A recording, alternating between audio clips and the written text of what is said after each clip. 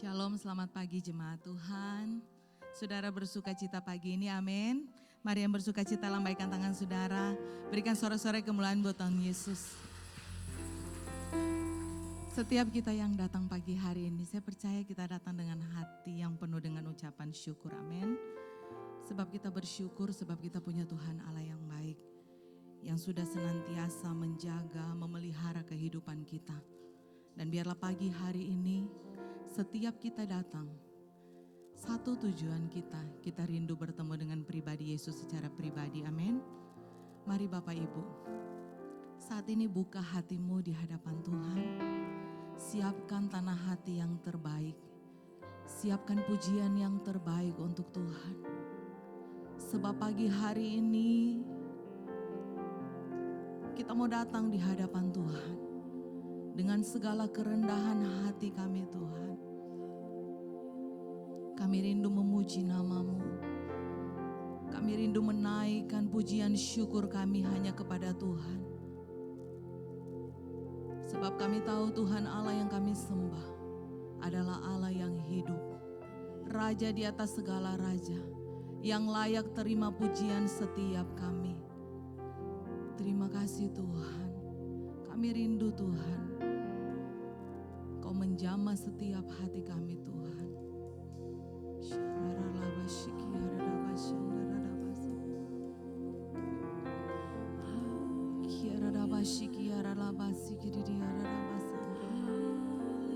Inilah setiap hati kami Tuhan. Kami bawa hanya pada Tuhan pagi ini. Kami rindu Tuhan. Kami datang ke tempat ini bukan karena formalitas. Tetapi biarlah pagi hari ini Tuhan kami datang dengan kesungguhan hati kami Tuhan. Kami rindu hadirat-Mu Tuhan. Kami merindukan pribadi-Mu Tuhan pagi ini.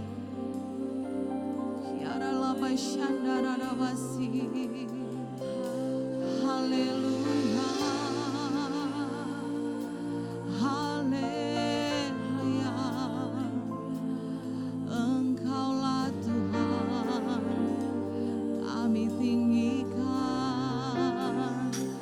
kami sembah Tuhan, kami muliakan Allah yang hidup. Haleluya. Segenap hati, segenap jiwa kami Tuhan, kami bawa bagi-Mu. Haleluya. Yesus Tuhan, kami puji nama-Mu, kami sembah. Terima kasih Tuhan. Segenap hati kami Tuhan, segenap jiwa kami Tuhan, untuk memuji dan membesarkan nama-Mu pagi ini. Haleluya Yesus Tuhan. Nyanyi pujian bagi-Mu Tuhan, pujian bagi-Mu Tuhan. Nama-Mu besar dan layak dipuji.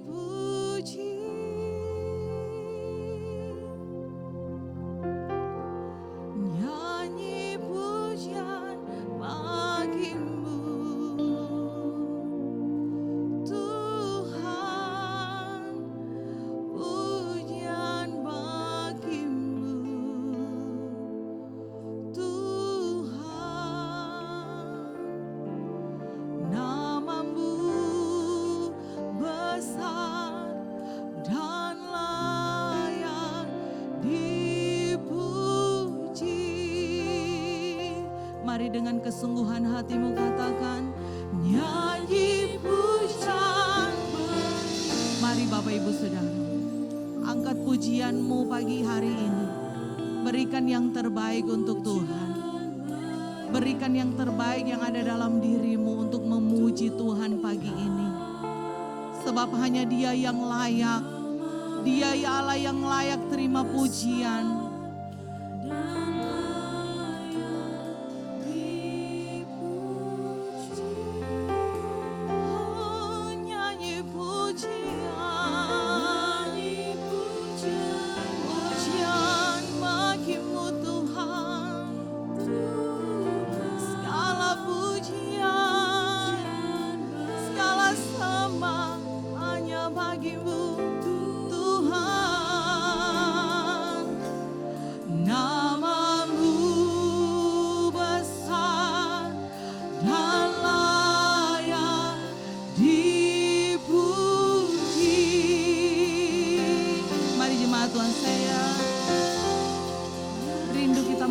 Tangan kita di hadapan Tuhan.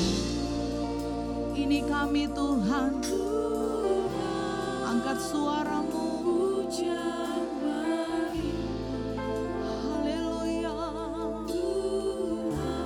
Namamu. Amin.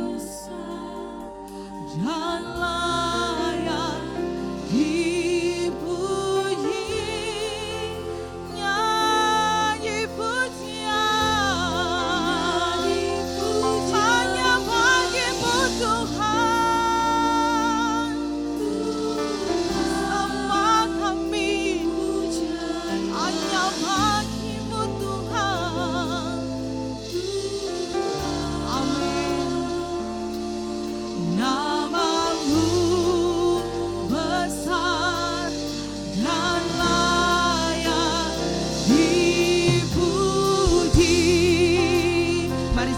Kita bangkit berdiri. Nyanyi pujian bagimu Tuhan, pujian bagimu Tuhan, namamu Tuhan, namamu besar, hanya Kau yang layak.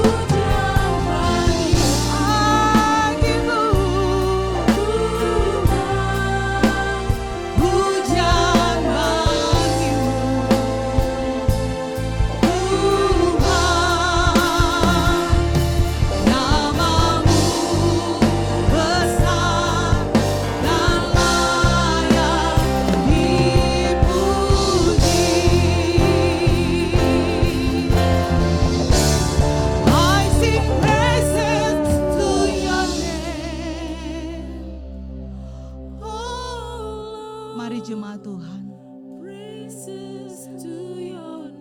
Amin, Jesus. Hallelujah. For your name is great and greatly to be praised. Semua bernyanyi bagimu Tuhan. I sing praises to your name.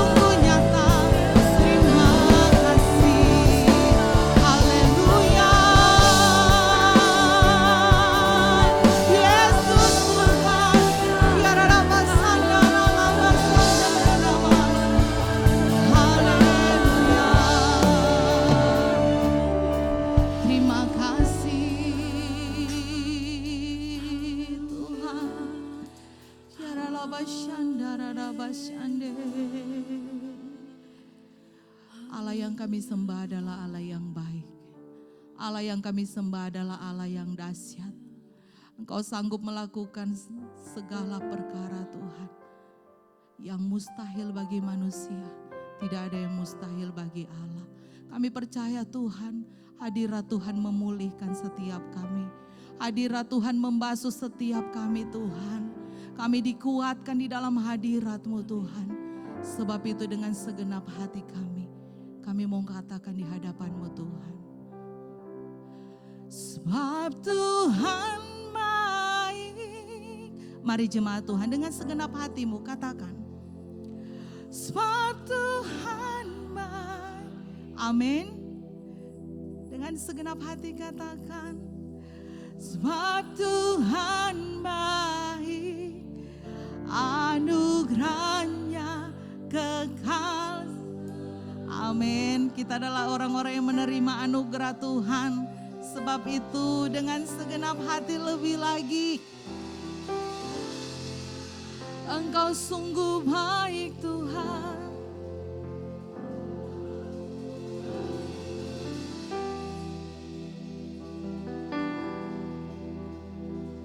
Sebab Tuhan baik, anugerahnya kekal selamanya.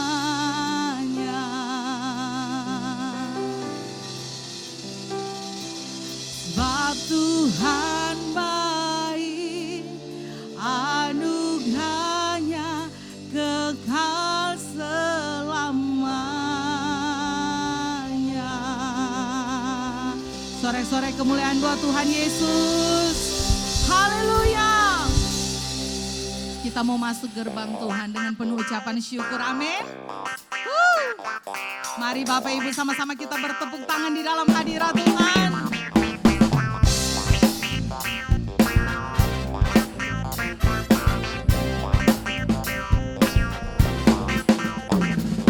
Masuk gerbangnya bersyukur dengan penuh pujian.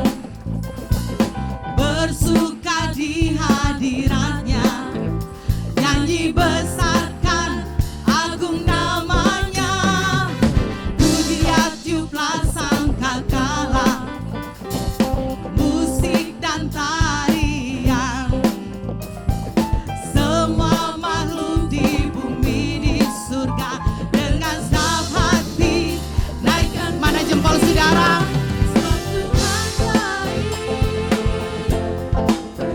Sebab Tuhan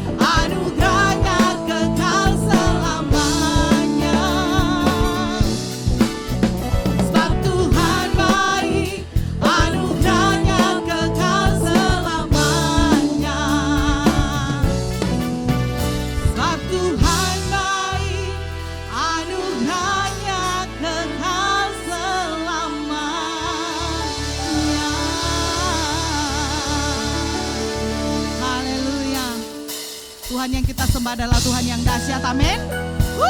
Saudara percaya bahwa Dia adalah Allah yang sanggup menyembuhkan kita, amin. Dia menyediakan segala sesuatu yang terbaik buat kita. Ayo sama-sama, every praise is to our God. Everyone worship with one accord. Every praise is to our God. Sing hallelujah. Sing hallelujah to our God. Glory, hallelujah. Hallelujah Is to our God. every praise is to our God. Ayo Bapak Ibu, lebih semangat lagi. Every praise is to our God. Everyone worship with one accord. Every praise is to our God. Sing hallelujah to our glory, hallelujah Hallelujah is to our every praise is to our. Mari sama-sama dengan iman, dengan saya katakan, God my Savior, God my healer, God my deliverer. Yes He is, yes He is, God my amin. Dialah penyembuh kita, God my deliverer. Yes He is, yes He is, God my Savior, God my Savior, God my healer, God my deliverer. Yes He is, yes He is, every praise, everyone worship, amen, with one accord. Every praise is to our God. Sing hallelujah, sing hallelujah, glory, hallelujah, is to our God. Every praise is to our God. Ayo sekali lagi katakan, God my Savior, God my healer, God my deliverer. Yes He is, yes He is, God my Savior, God my healer, God my deliverer. Yes He is, yes He is, yes He is, yes He is. Every praise, amen. With one accord. Every praise is to our God. Sing hallelujah to our God. Glory, hallelujah is to our God. Every praise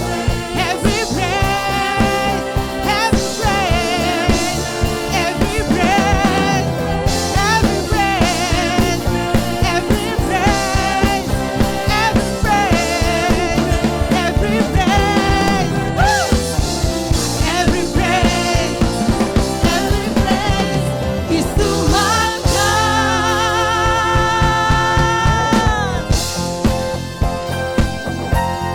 Mari saudara, Tuhan kita luar biasa.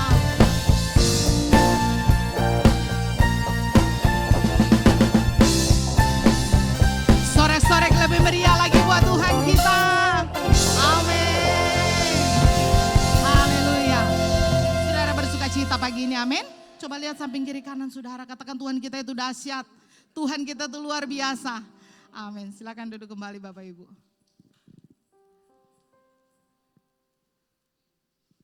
Puji nama Tuhan. Saat ini kita akan memberikan persembahan kita.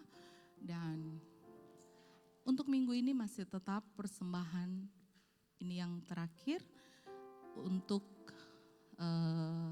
KKR. Ya, untuk tanggal 17 Agustus, hari Rabu itu di Sibalago. Jadi sampai hari ini persembahan masih tetap ditujukan untuk kegiatan KKR. Dan mari Bapak Ibu sebelum kita memberi, kita satu di dalam doa. Terima kasih Tuhan. Kami bersyukur buat sukacita-Mu yang kami rasakan di dalam hadirat-Mu Tuhan. Kami bersyukur buat kasih setia-Mu Tuhan yang tidak pernah berhenti dalam kehidupan kami. Dan saat ini Tuhan, terima kasih Tuhan masih memberikan kami kesempatan untuk kami memberi untuk pekerjaan Tuhan. Biarlah apa yang kami beri dengan segenap hati kami, dengan segenap kerelaan hati kami Tuhan.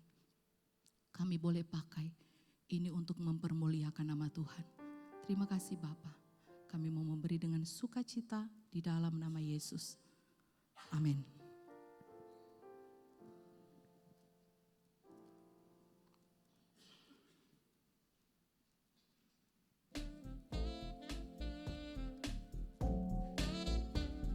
Doa bersama Senin, Rabu, dan Kamis minggu ini ditiadakan dan akan diadakan kembali minggu depan. Ibadah kaum wanita Selasa 16 Agustus 2022 juga ditiadakan. Hadirilah dan alami lawatan Tuhan dalam ibadah pujian dan penyembahan yang diadakan setiap hari Jumat jam 7 malam. Dan khusus untuk kalian anak-anak muda, mari ajak saudara dan teman-teman kalian untuk bergabung bersama kami di ibadah Prime Youth setiap hari Sabtu jam 7 malam. Hadirilah ibadah raya minggu yang diadakan sebanyak 2 kali. Ibadah raya pertama pada pukul 9 pagi dan ibadah raya kedua pada pukul 6 sore. Petra Kids diadakan setiap hari Minggu pada pukul 9 pagi, bertempat di ruangan sekolah minggu. Klik perdana akan diadakan pada hari Rabu 24 Agustus 2022. Mari bergabung bersama kami.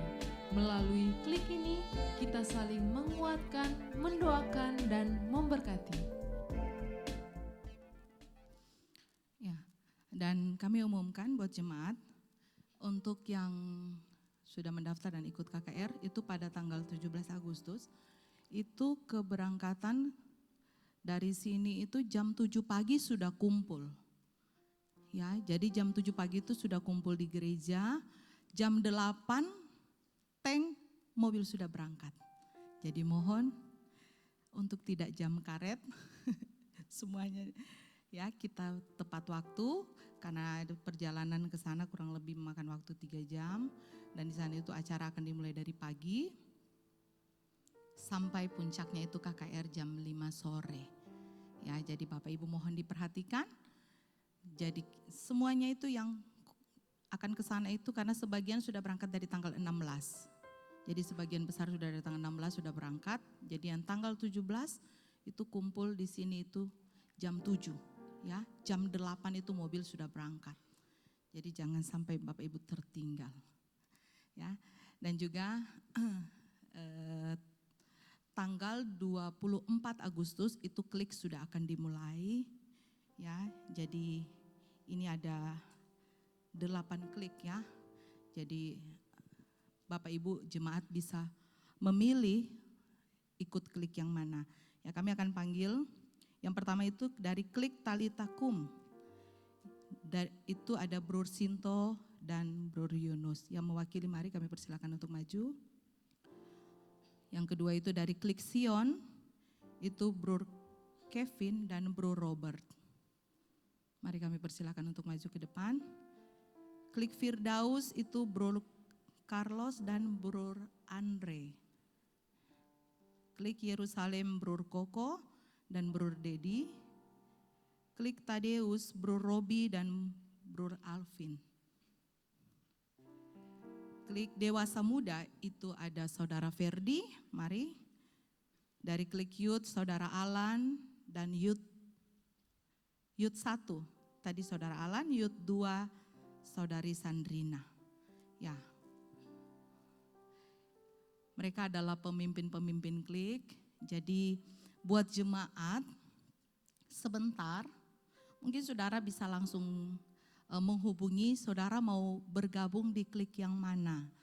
Ya, jadi inilah para pemimpin-pemimpin Klik. Sebentar selesai ibadah mungkin boleh tinggal sebentar, hubungi yang mana yang mau diikuti. Mungkin Bro Sinto, saya mau ikut Kosinto. Ini nomor telepon saya. Ya, jadi nanti pas nanti kegiatannya semua bisa langsung berjalan ya. Dan tempatnya itu mungkin untuk awal itu di rumah-rumah para pemimpin Klik.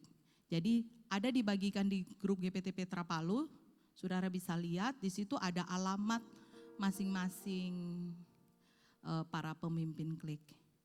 Jadi saudara bisa tentukan pilihanmu yang mana, ya, ya, puji Tuhan. Berikan kemuliaan Tuhan buat Tuhan Yesus. Ya, itu saja pengumuman seputar Klik. Bapak-bapak boleh kembali ke tempat masing-masing. Tuhan Yesus memberkati.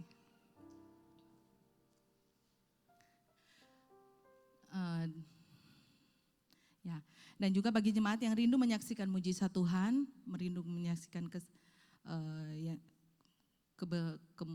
kemurahan Tuhan yang saudara alami, saudara ingin bersaksi, saudara bisa menghubungi kami terlebih dahulu sehingga kami bisa menyediakan ruang untuk kesaksian.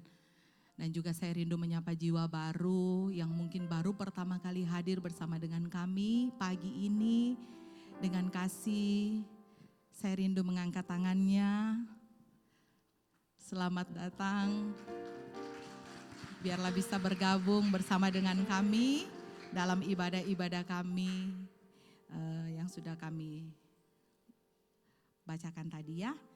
Dan juga kami membuka ruang kesaksian. Kepada Bapak Nega kami persilakan. Berikan kemuliaan buat Tuhan Yesus.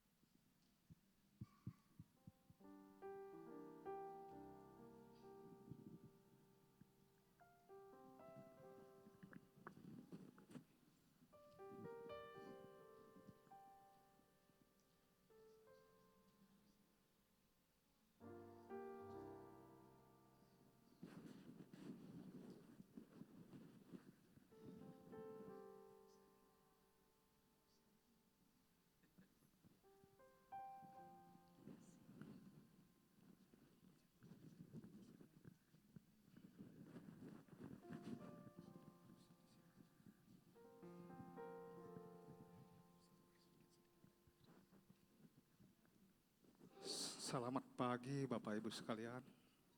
Salam. Saya ingin menyaksikan kemurahan Tuhan dalam hidup saya. Kurang lebih 1 bulan yang lalu saya di rumah, badan saya itu mulai membesar. Saya pikir saya ini sudah sehat, ini mau godek, begitu pikiran saya. Tapi karena saya lihat ada lain, saya langsung pergi sama bidan.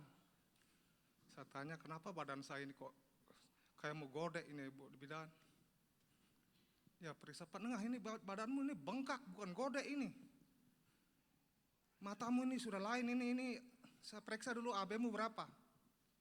Dia periksa AB-nya tinggal 6, sekian. Tanya sama bidan, berapa sih sebenarnya AB yang betul Bu bidan? 14 penengah. Kamu punya AB ini sudah terlalu di bawah ini di drop kamu ini. Segera kamu ke Parigi dan periksa sama ahli dalam di Parigi. Saya bilang saya tidak ada biaya Bu bidan. urus kamu punya BPJS itu, nanti gratis kamu berobat begitu. Saya periksa ke Parigi, baru periksa 1 kali dokternya sudah mulai goyang kepala, ini sudah terlambat betul kamu ini. Penyakitmu ini, ginjalmu ini sudah bocor semua. Sudah dua-dua tidak berfungsi, tinggal 4%. Saya enggak tahu, saya ketawa-ketawa saja karena saya tidak ngerti yang begitu. Lalu menantu saya, dia tanyakan dia, apa itu maksudnya itu dok? Ini bapakmu ini sedikit sekali harapannya, tinggal 4%. Dia harus cuci darah. Jadi kalau cuci darah kira-kira bagaimana dok? Ya mungkin bisa dibantu sedikit, kalau sedikit tidak banyak itu. Karena ini sudah sangat terlambat. Ya saya cuma bilang sama dok, saya kasih obat saya dok, saya mau pulang. Kok tidak mau cuci darah? Belum dok, saya pulang. 10 hari kemudian habis saya punya obat, saya merasa sudah ada lain-lain. Lagi saya ke Parigi periksa, nah, di situ sudah mulai marah dokternya. Kamu sudah saya kasih tahu, tidak mau dengar. Jadi sekarang tidak usah pulang, kamu langsung rujuk di sini berobat. Bagaimana caranya dok? Nah begitu saya tetap ngotot pulang, cari minta obat saja. 20 hari kemudian saya mulai diserang. Yang tadinya pertama kali saya tidak merasa apa-apa, saya bilang ditanya-tanya dengan keluarga, karena kamu bagaimana, ada rasa bagaimana? Tidak ada, saya kalau saya tidak bengkak begini saya bisa bekerja ini. Perasaanmu dari semuanya normal. Tapi setelah 20 hari saya mulai pusing, mulai badan saya kayak mau putus-putus. Ginjal saya mulai, kalau saya batuk itu kayak mau copot rasanya. Aduh ini baru mual-mual terus, siang malam muntah terus. Saya panggil bidannya, dia periksa saya punya darah cuma 170. Penengah pergi di puskesmas dulu 3 hari saja, kasih hilang ini mualnya. Nanti habis itu pulang sudah. Sudah saya ke puskesmas, ternyata sampai di puskesmas saya tambah jadi sakitnya. Sampai di puskesmas baru masuk di situ, kamu harus saya rujuk ke Palu. Nggak usah dok, saya di sini saja. Nggak usah saya ke Palu. Yang penting saya sudah berobat, sudah ya, selesai sudah.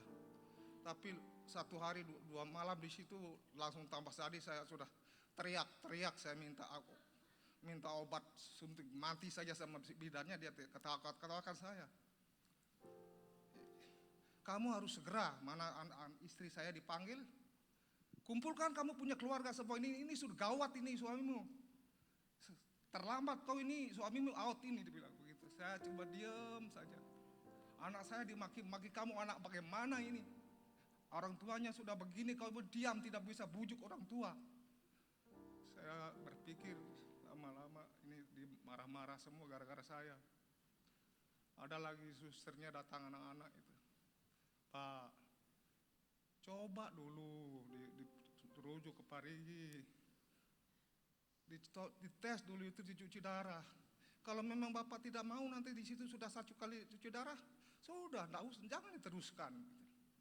Saya pikir-pikir daripada saya cuma diribut saja di situ, marah-marah susternya, saya keputusan saya ya saya mau dibawa ke Parigi. Sampai di Parigi saya baru 2 malam, saya langsung dibilang, baru 1 malam di situ dokter bilang, di sini kamu harus segera ke Palu karena di sini penuh, semua pasien penuh untuk cuci darah. Kemudian dia lihat saya sudah semakin parah, mata saya semakin bengkak. Dok, kenapa saya punya mata ini dok? Bengkak, dia sakit, keluar air. Ini dia punya racun sudah menjalar ke mata. Makanya saya akan usahakan kalau dapat kesempatan di sini dulu 1 kali dicuci darah, baru saya akan kirim ke Palu, jangan sampai terlambat gitu dia bilang. Saya bilang terserah lah dokter, saya dicuci darah 1 kali di Parigi, habis itu besoknya dia tanya, bagaimana Pak Nengah?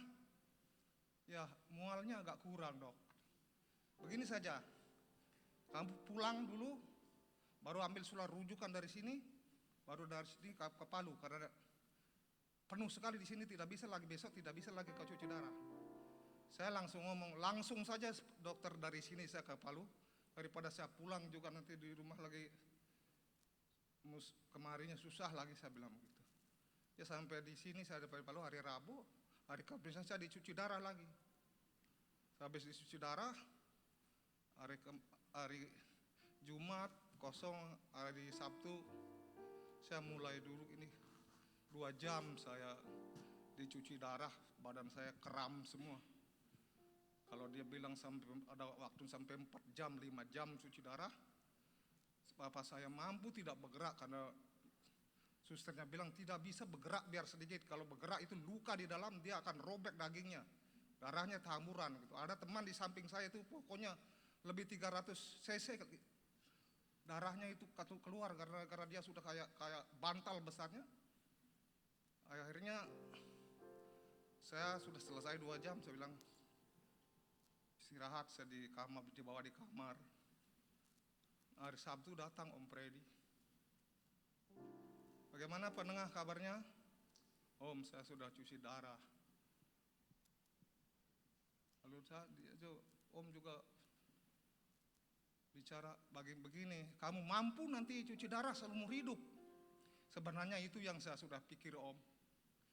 Sudah berpikir-pikir, sedangkan baru 2 jam saja saya sudah setengah mati rasa. Apalagi setiap 1 minggu 2 kali, setiap 1 minggu 2 kali teman-teman saya bilang begitu di sini. Jadi maksudnya kamu bagaimana? Kalau kamu mau cuci darah terus, Om doakan. Tapi kalau kamu mau menyerah sama Tuhan, serahkan sepenuhnya kepada Tuhan dan mengandalkan Tuhan, keluar dari rumah sakit, Om doakan, pasti sembuh. Begitu Om bilang. Saya langsung tangkap itu, ini bukan suara manusia, ini Tuhan yang bicara. Saya langsung, oke Om. Saya ambil keputusan, saya keluar dari rumah sakit, saya berhenti cuci darah. Dari saat itu, sorenya saya masuk pastori, sudah tidak muntah-muntah lagi di pastori, langsung saya bisa tidur. Saya bilang, Tuhan terima kasih, saya ada perubahan. Saya bilang sama Tirto, Man, saya sudah sembuh. Bilang kalau kamu pulang itu ada tamu tanya, sudah sembuh, bilang saja. Supaya jangan terlalu banyak pertanyaan, saya bilang begitu. Sampai sekarang saudara-saudara, keadaan saya semakin membaik, berjalan semakin kuat, berjalan. Kalau pertama saya kalau tidak dipegang tidak bisa.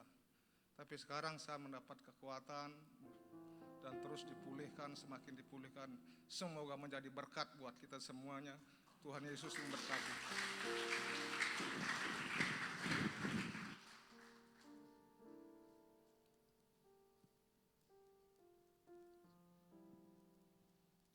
Puji nama Tuhan. Tuhan yang kita sembah adalah Tuhan yang dahsyat, amin. Kita percaya bahwa mujizat Tuhan masih tetap ada, berlaku dulu, sekarang, bahkan untuk selama-lamanya. Ya, kita sama-sama bantu doa, panengah makin hari makin dipulihkan oleh Tuhan. Ya, persiapkan hati saudara. Kita akan ditaburi oleh kebenaran firman Tuhan.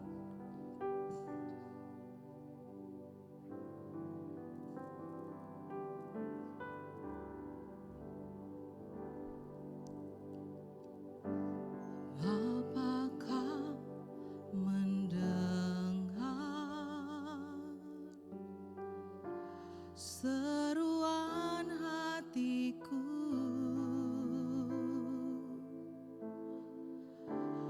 tak pernah kau lepaskan dari kasih-Mu. Lewat lembah gelap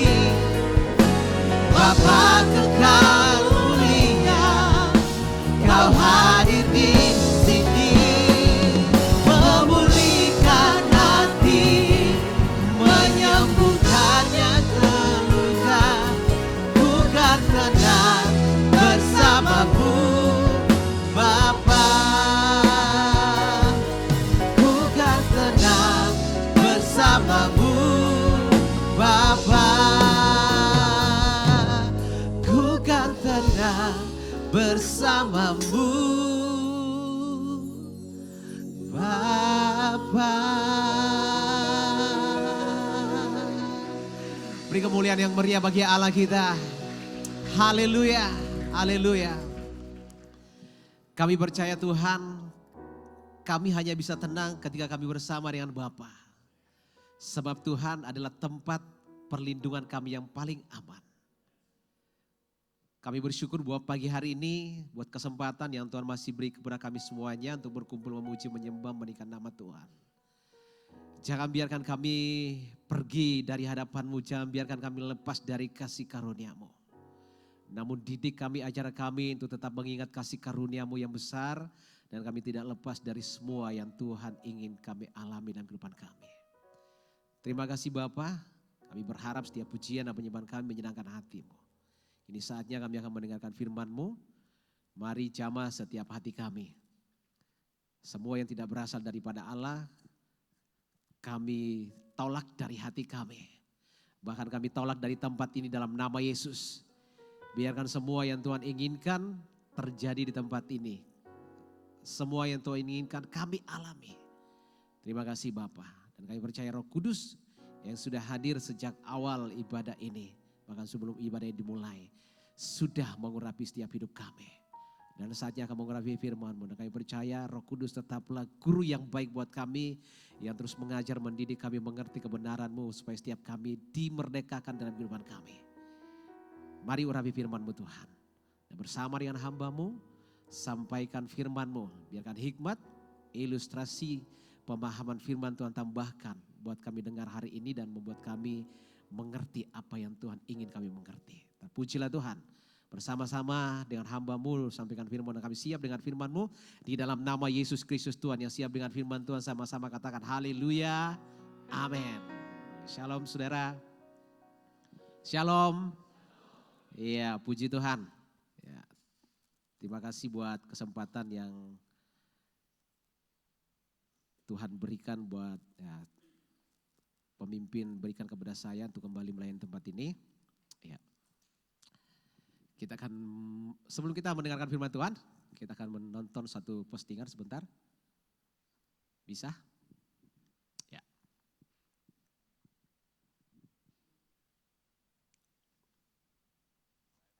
Dengan Sekretaris Jenderal PBB Antonio Guterres, bertemu dengan lembaga-lembaga internasional, langsung bos-bosnya, bertemu dengan kepala negara G7 baru saja. Saya tanyakan sebetulnya dunia ini mau kemana. Beliau menyampaikan, Presiden Jokowi, tahun ini kita akan sangat sulit. Tahun ini kita akan sulit. Terus kemudian seperti apa? Tahun depan akan gelap. Ini bukan Indonesia, ini dunia. Hati-hati, jangan bukan Indonesia yang saya bicarakan tadi, dunia. Kita bicara dunia dulu. Dan semua negara sekarang ini berada pada keadaan yang tidak mudah. Dari Sekjen, PBB menyampaikan, dari IMF, dari Bank Dunia menyampaikan bahwa akan ada 60 negara yang akan ambruk ekonominya. Dan sekarang sudah mulai satu persatu. Angkanya adalah 9 terlebih dahulu, kemudian 25, kemudian 42. Mereka sudah secara detail mengkalkulasi. Apa yang dikhawatirkan itu betul-betul kita lihat. Dan sekarang ini 320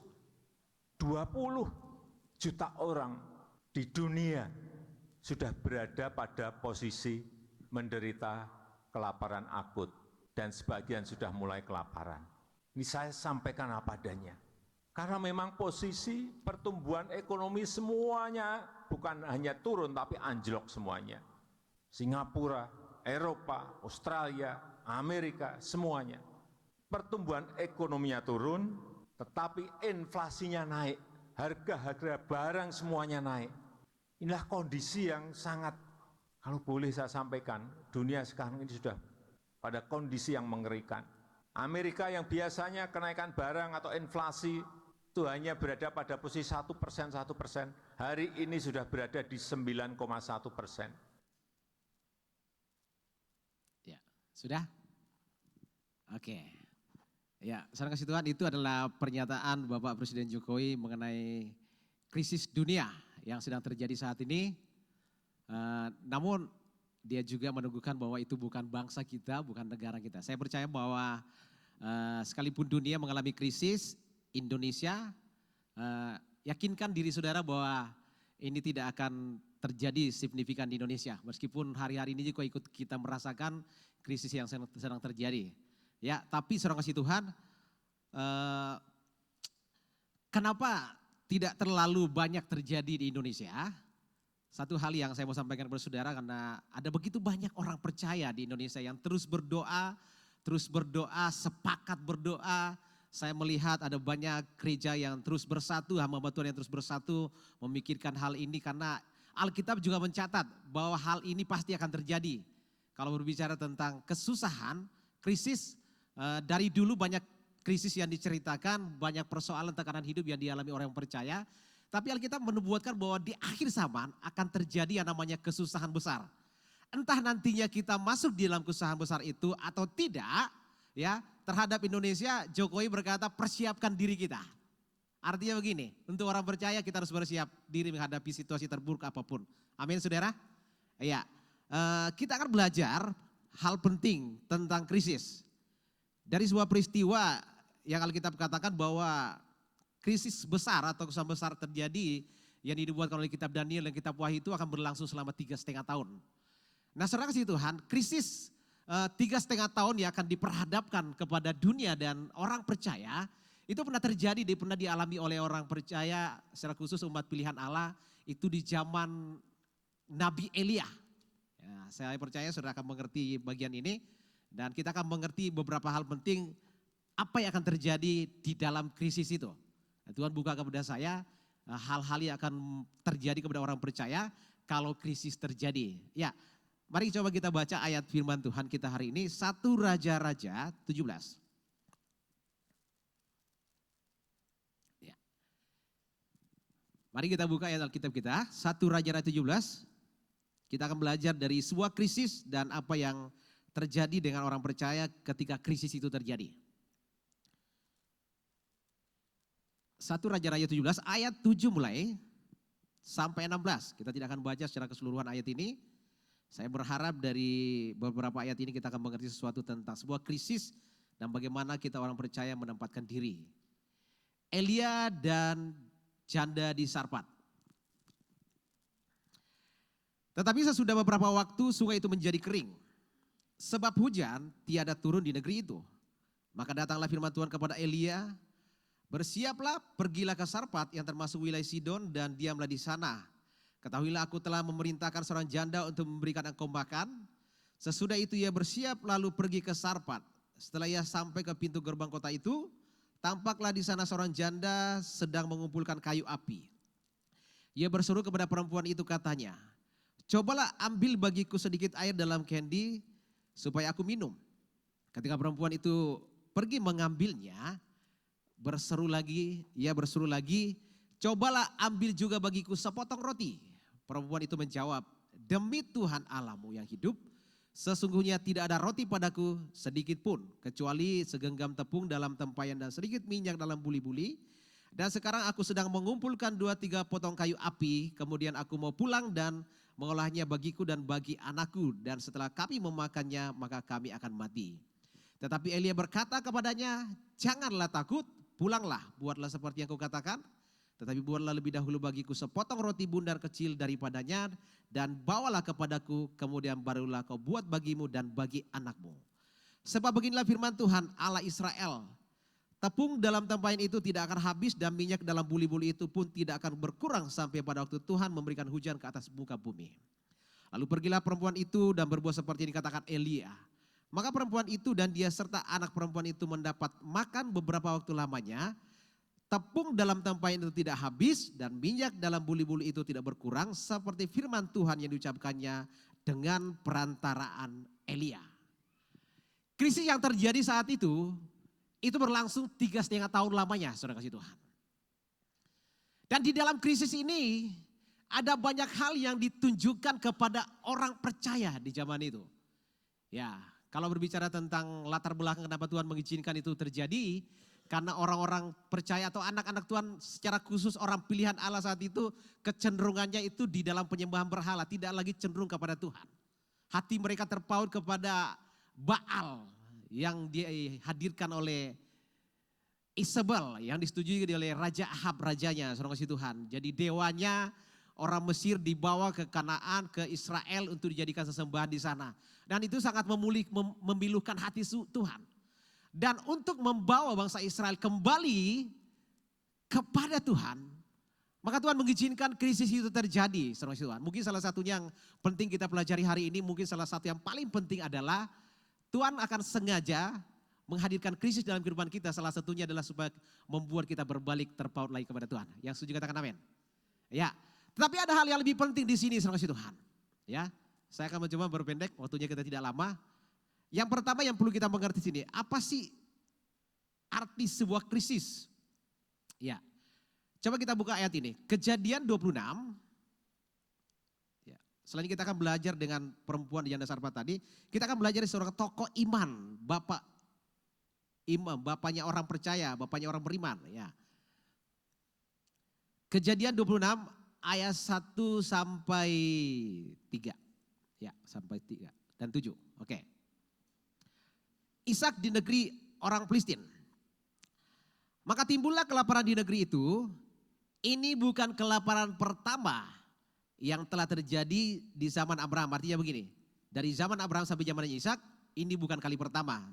Artinya di zaman Abraham juga pernah terjadi kelaparan yang sama.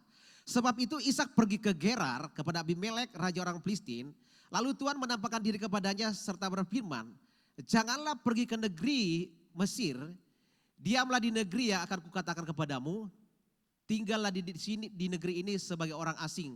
Maka aku akan menyertai engkau dan memberkati engkau, sebab kepadamulah dan kepada keturunanmu akan kuberikan seluruh negeri ini, dan aku akan menepati sumpah yang telah kuikrarkan kepada Abraham ayahmu. Ayat 7 berkata apa? Ketika orang-orang di tempat itu bertanya tentang istrinya, berkatalah ia, dia saudaraku. Sebab ia takut mengatakan, ya istriku, karena pikirnya jangan-jangan aku dibunuh oleh penduduk di tempat ini karena Ribka sebab elok parasnya. Perhatikan saudara Tuhan. Waktu krisis terjadi, maka hal yang terjadi pada orang percaya, krisis itu akan menjadi pembuktian iman saudara Tuhan. Krisis yang terjadi dalam kehidupan kita, itu akan menunjukkan kualitas iman kita sebagai orang yang beriman kepada Tuhan. Ishak pernah mengalami yang seperti ini. Seperti yang satu dikatakan bahwa ini bukan krisis yang pertama, tapi di zaman Abraham pernah terjadi yang seperti ini. Artinya apa yang terjadi kepada Ishak yang kita baca itu pernah terjadi kepada Abraham, pernah mengalami krisis yang sama. Dan saudara tahu krisis itu membuat Abraham dan Ishak harus menunjukkan kualitas imannya. Jadi yang pertama yang saya mau katakan, krisis itu akan menjadi ujian kualitas iman kita seorang percaya. Amin. Hari ini kita boleh berkata, saya beriman, saya percaya Yesus Kristus Tuhan. Tunggu dulu. Krisis akan menyentuhkan sikap kita seperti apa. Krisis akan memperlihatkan iman kita seperti apa. Nyatanya seorang kasih Tuhan, apa yang terjadi dengan Ishak itu pernah terjadi dengan Abraham. Kalau Ishak takut dibunuh karena istrinya, itu dampak dari sebuah krisis. Yang setuju katakan amin. Jadi krisis bisa menimbulkan ketakutan. Ketakutan itu adalah sebuah gambaran tentang iman yang goyang, saudara kasih Tuhan. Bayangkan Ishak pun imannya goyang. Dalam kita mencatat apa yang terjadi kepada Ishak itu pernah terjadi kepada Abraham. Di tempat yang sama. Kalau saudara baca kisah selanjutnya, di tempat ini, di Gerar, di negeri Filistin ini, ada namanya sumur Abraham yang kemudian digali oleh Ishak. Kenapa? Karena Abraham pernah mengalami krisis dan pergi ke tempat yang sama. Tuhan menyuruh ke tempat yang sama. Dan saudara tahu apa yang terjadi kepada Ishak? Ishak takut karena istrinya yang cantik. Nanti gara-gara istrinya yang cantik itu dia bisa dibunuh. Itu juga terjadi dengan Abraham. Ketika Abimelek bertanya kepada Ishak, pertanyaan yang sama pernah diberikan kepada Abraham tentang istrinya Sarah. Ya, Itu perempuan itu siapa? Dia bilang apa? Itu saudaraku. Kenapa dia katakan saudaraku? Karena dampak sebuah ketakutan. Saudara nangkap sejauh ini? Ada ketakutan yang buntut dari sebuah krisis. Dan ini akan terus terjadi dalam kehidupan kita sampai masa kesukaran itu terjadi. Ya kalau kita masuk di dalamnya, ya kita persiapkan diri kita. Itu adalah ajang untuk pembuktian iman. Amin. Tapi kalau tidak ya puji Tuhan, kalau sebelum krisis kita diangkat, haleluya. Biarkan orang-orang yang tertinggal mengalami itu. Tapi kalau kita terangkat ya puji Tuhan kita nggak mengalami krisis besar itu. Jadi yang pertama, di dalam krisis saudara kasih Tuhan, iman akan dipertaruhkan. Mampu tidak berharap kepada Tuhan. Abraham sampai ketakutan nanti gara-gara istrinya yang cantik. Ishak pun ketakutan gara-gara istrinya nanti yang cantik biasa terbunuh. Itu diawali dari sebuah proses atau krisis yang terjadi. Saja dimengerti, ternyata Sarah itu memang perempuan cantik saudara Tuhan. Ternyata Ribka juga cantik saudara Tuhan. Dan karena saking cantiknya ini jadi persoalan buat suaminya. Perhatikan baik-baik, saudaranya punya istri cantik itu jadi persoalan buat saudara. Ya, hati-hati ya. Dan saudara yang punya suami yang ganteng-ganteng itu akan jadi persoalan juga. Ya, kenapa? Karena ya jangan sampai kecantol orang begitu. Nah ini yang ditakutkan oleh Abraham sama Ishak. Takut dibunuh gara-gara istrinya sampai harus bohong. Oh, itu saudara saya, itu bukan istri saya. Padahal kita berkata mereka adalah bapak-bapak orang beriman.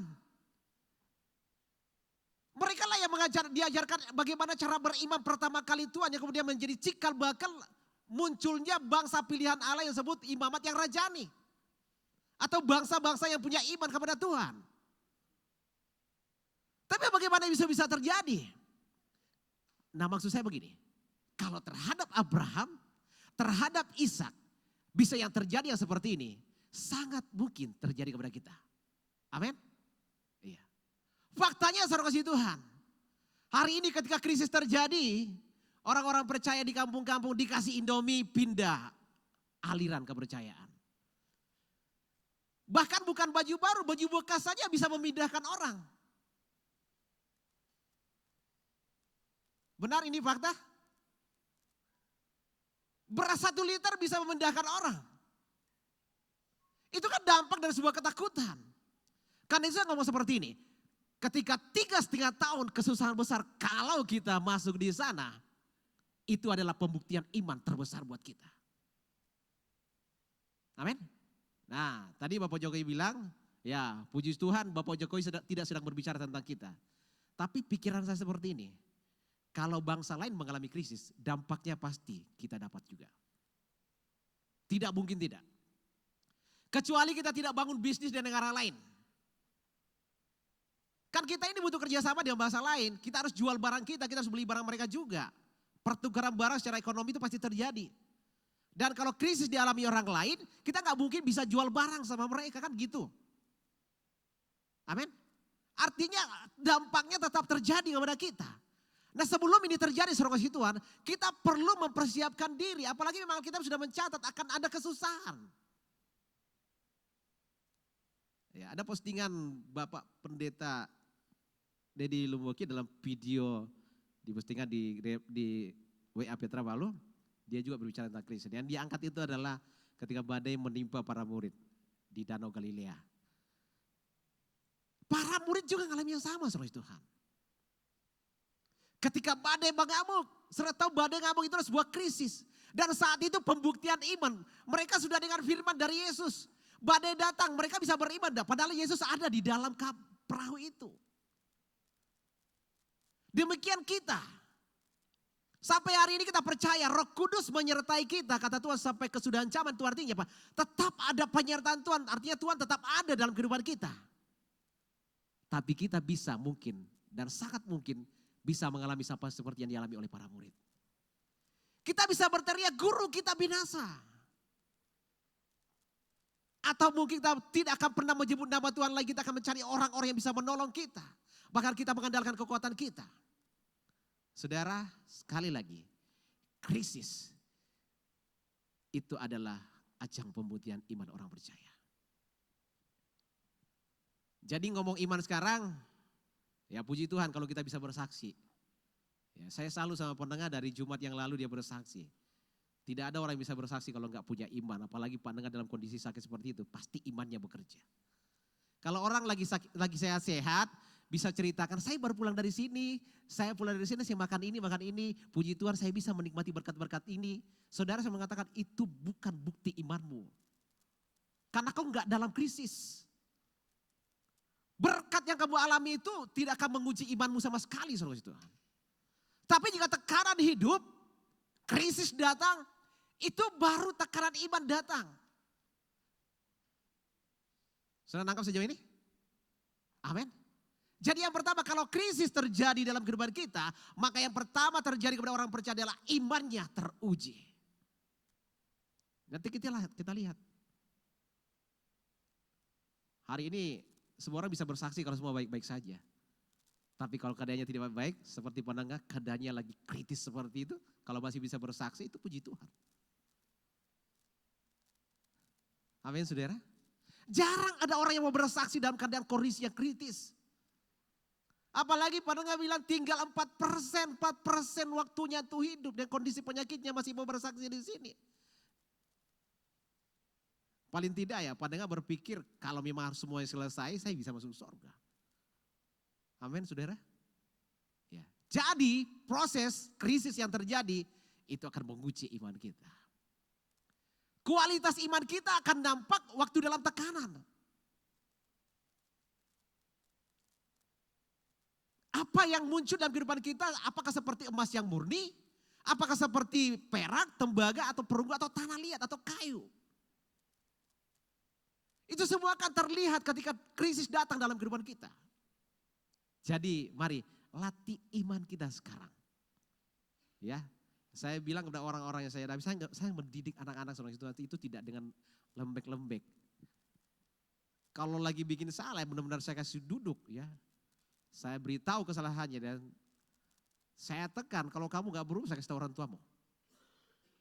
Cara saya mendidik seperti itu. Karena saya pikir begini, kasihan kalau sampai hidupnya menjadi sia-sia di hadapan Tuhan. Krisis membuktikan kita beriman atau tidak. Kalau gak beriman, hancur hidup kita. Tapi kalau iman kita muncul di dalam krisis, itu baru luar biasa. Yang setuju katakan amin. Ya. Yang kedua, apa yang terjadi kalau krisis datang? Krisis kalau datang dalam kehidupan kita, yang akan dibuktikan berikutnya selain iman adalah kualitas kebenaran yang kita sudah tahu. Janda Sarfat ini saudara kasih Tuhan, pasti sudah pernah dengar tentang Allah Israel yang hebat yang luar biasa. Kalau kata-katanya tadi berkata seperti ini, saya akan pulang, buat tepung ini menjadi roti dengan sedikit minyak itu, dan saya akan makan dengan anak saya dan setelah itu saya mati. Itulah kondisi kebenaran yang dia hidupi. Kata-kata dia yang dia keluar dari mulutnya itu mencerminkan imannya dan kualitas kebenaran yang ada dalam diri dia. Amin. Respon kita pada krisis itu akan menceritakan kualitas iman kita dan kualitas kebenaran yang kita tahu. Hari ini kita boleh berkata Allahku perkasa. Allahku dahsyat, Allahku hebat. Lagu tadi mengatakan, God is my savior, God is my healer. Tuhanku penyelamatku, Tuhanku penyembuhku. Semua kita bisa nyanyikan. Amin. But kalau krisisnya datang seperti pendengar bisa ngomong enggak Tuhan penyembuhku? Kan tidak semuanya orang bisa seperti itu. Masih bisa percaya janji Tuhan bahwa Tuhan memang penyembuh kita?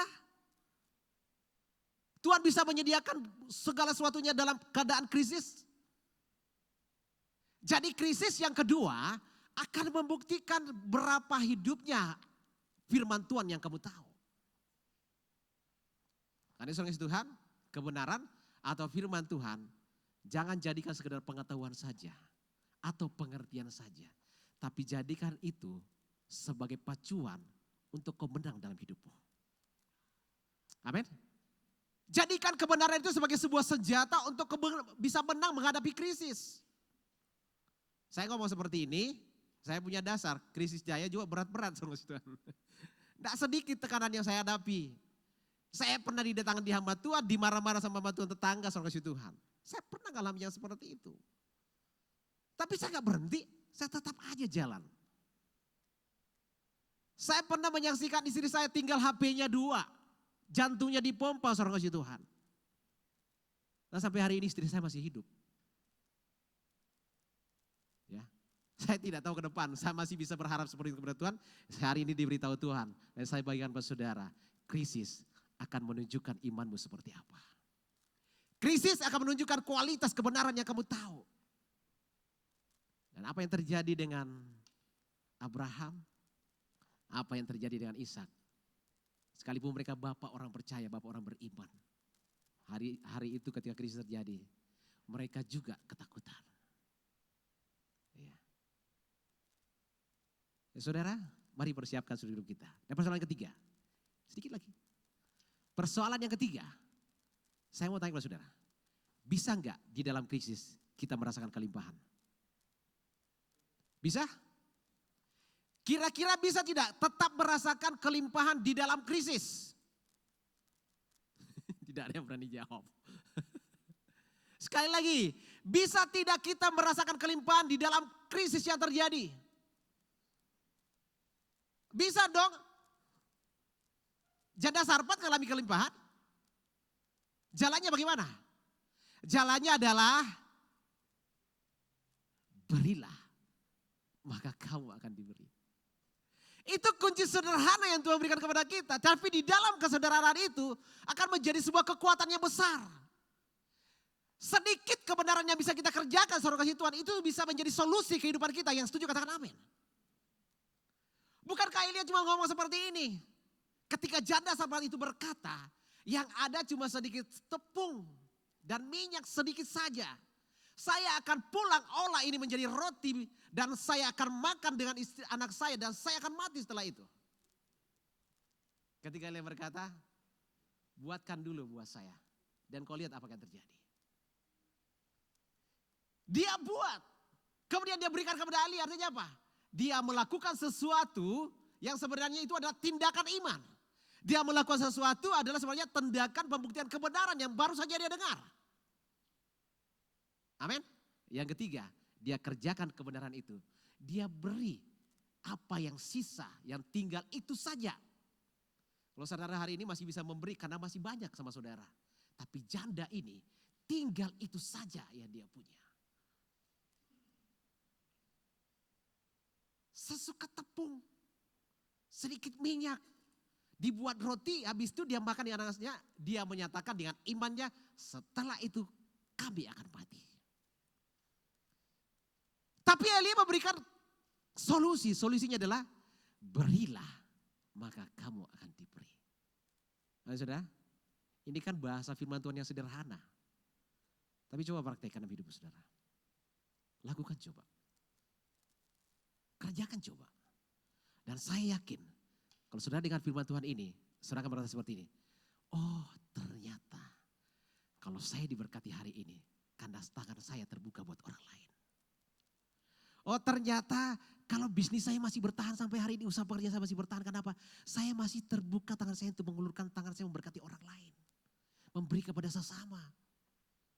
Saya perhatikan, jelas perbedaan orang yang suka memberi dan yang tidak suka memberi. Yang setuju katakan amin. Iya. Janda Sarfat diselamatkan dengan apa?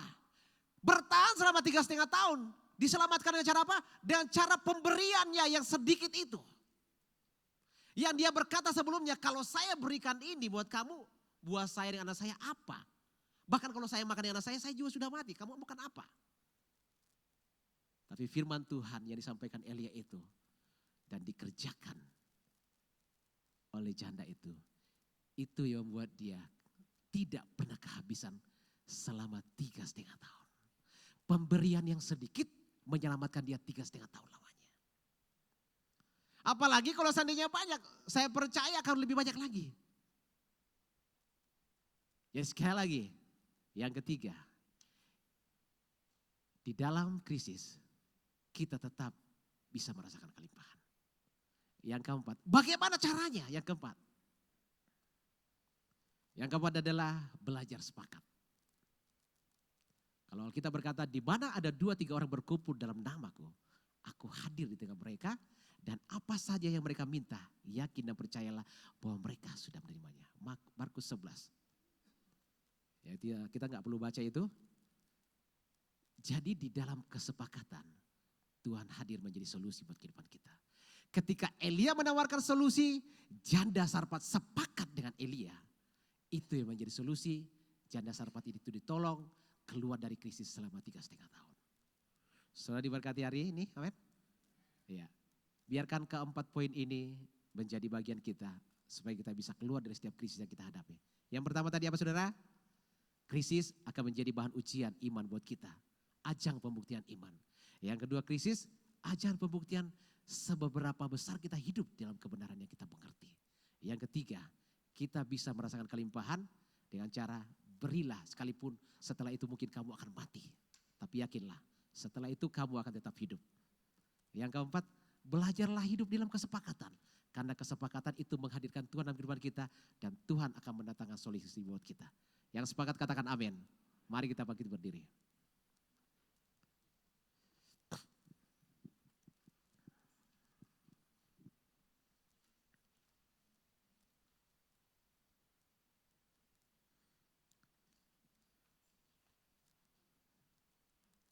Hari ini setiap orang bisa berkata, God is my savior. God is my healer. God is my lucky kindness. Kita bisa berkata Tuhan penyelamat kita hari ini. Karena kita masih baik-baik saja. Kita bisa berkata Tuhan penyembuhku karena kita baik-baik saja. Kita bahkan bisa berkata Tuhan tidak akan membuat aku rugi. Tuhan tidak akan membiarkan aku mengalami hal yang buruk. Karena Tuhan adalah yang selalu menghadirkan keberuntungan dalam hidupku.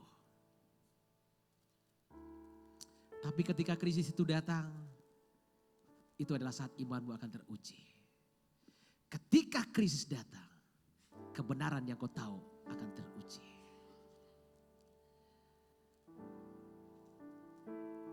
Engkau perisai kami Tuhan, saat badai menerpa hidup kami.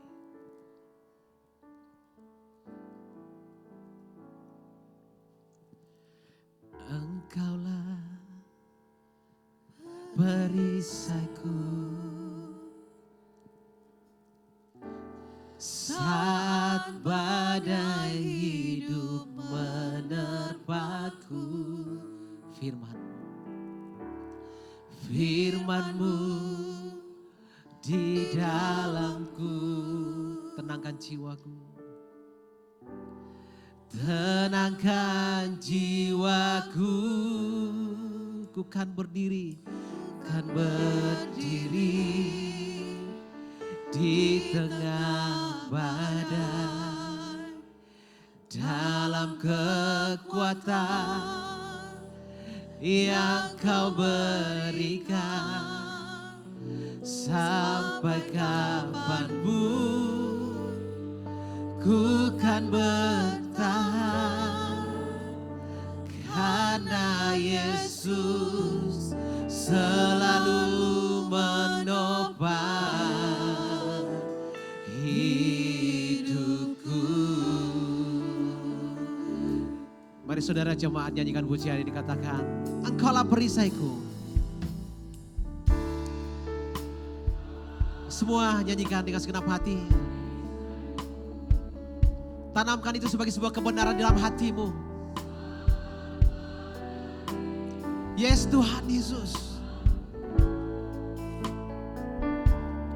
Firman-Mu di dalam-Mu tenangkan jiwaku.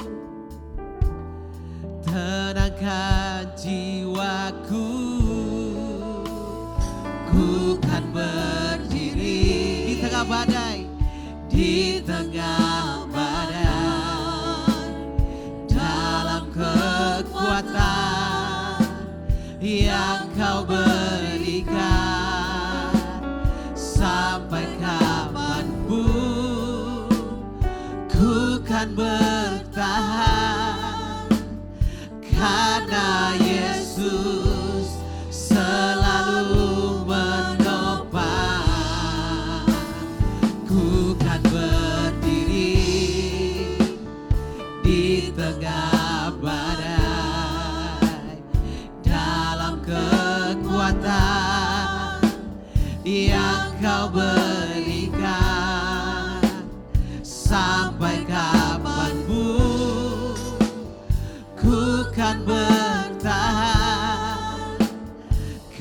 karena Yesus selalu menopang hidupku. Sekali lagi, dengan senang hati katakan sama-sama, ku kan berdiri, ku kan berdiri. Mari angkat tangan kita di hadapan Tuhan. Haleluya. Yang kau berikan sampai kapanpun, ku kan bertahan karena Yesus selalu menopang. Ku kan berdiri di tengah badai, di tengah badai, dalam kekuatan yang kau berikan sampai kapanpun, ku kan bertahan karena Yesus selalu menopang hidupku. Sekali lagi katakan sama-sama, ku kan berdiri, ku kan berdiri, amin Tuhan, di tengah badai. Haleluya. Kekuatan yang kau berikan sampai kapanpun, ku kan bertahan karena Yesus selalu menopang. Ku kan berdiri, ku kan berdiri di tengah badai, dalam kekuatan yang kau berikan sampai kapanpun, ku kan bertahan karena Yesus selalu menopang hidupku. Karena Yesus, karena Yesus selalu menopang hidupku. Karena Yesus, karena Yesus selalu menopang hidupku. Mari kita menyembah Allah kita, haleluya. Ya Rabba Shikara Balalabayase, haleluya.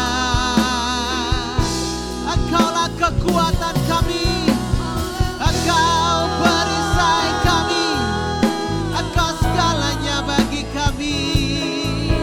Haleluya. Ya Rabaya Shikara Batakara Balalabayase,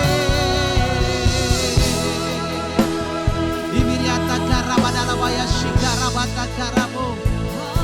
Kami memuji, kami tinggikan namamu, kami agungkan Engkau Yesus.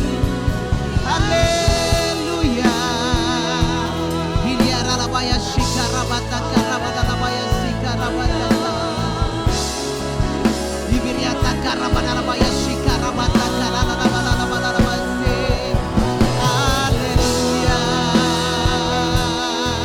Oh, ku sembah Yesus, ku sembah Yesus, ku tinggikan, Kau ku agungkan selamanya buat kasih setiamu.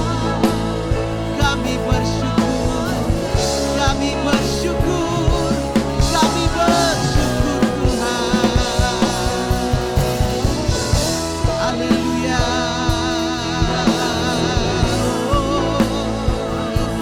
Ini arabatan karabalawase.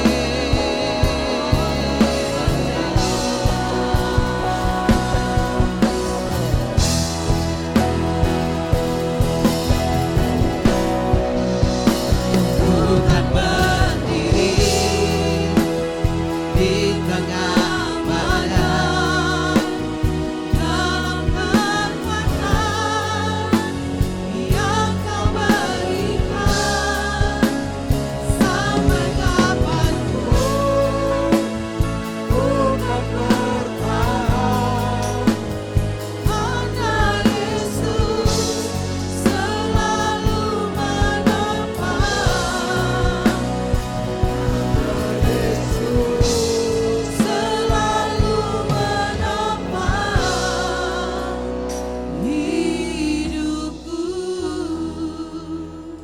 kasih Tuhan Yesus. Kami percaya bahwa firman-Mu ya dan amin. Di tengah krisis pun juga Engkau memberkati umat-Mu di tempat ini. Kami percaya kalau Ishak Engkau berkati dalam kekeringan, dalam krisis, Engkau juga berkati juga jemaat-Mu di tempat ini. Agar kami dapat menjadi saluran berkat, dapat memberi yang terbaik untuk pekerjaan-Mu. Terima kasih Tuhan, berkati hamba-Mu yang sudah menjadi saluran berkat. Urapi dia dimanapun juga berada.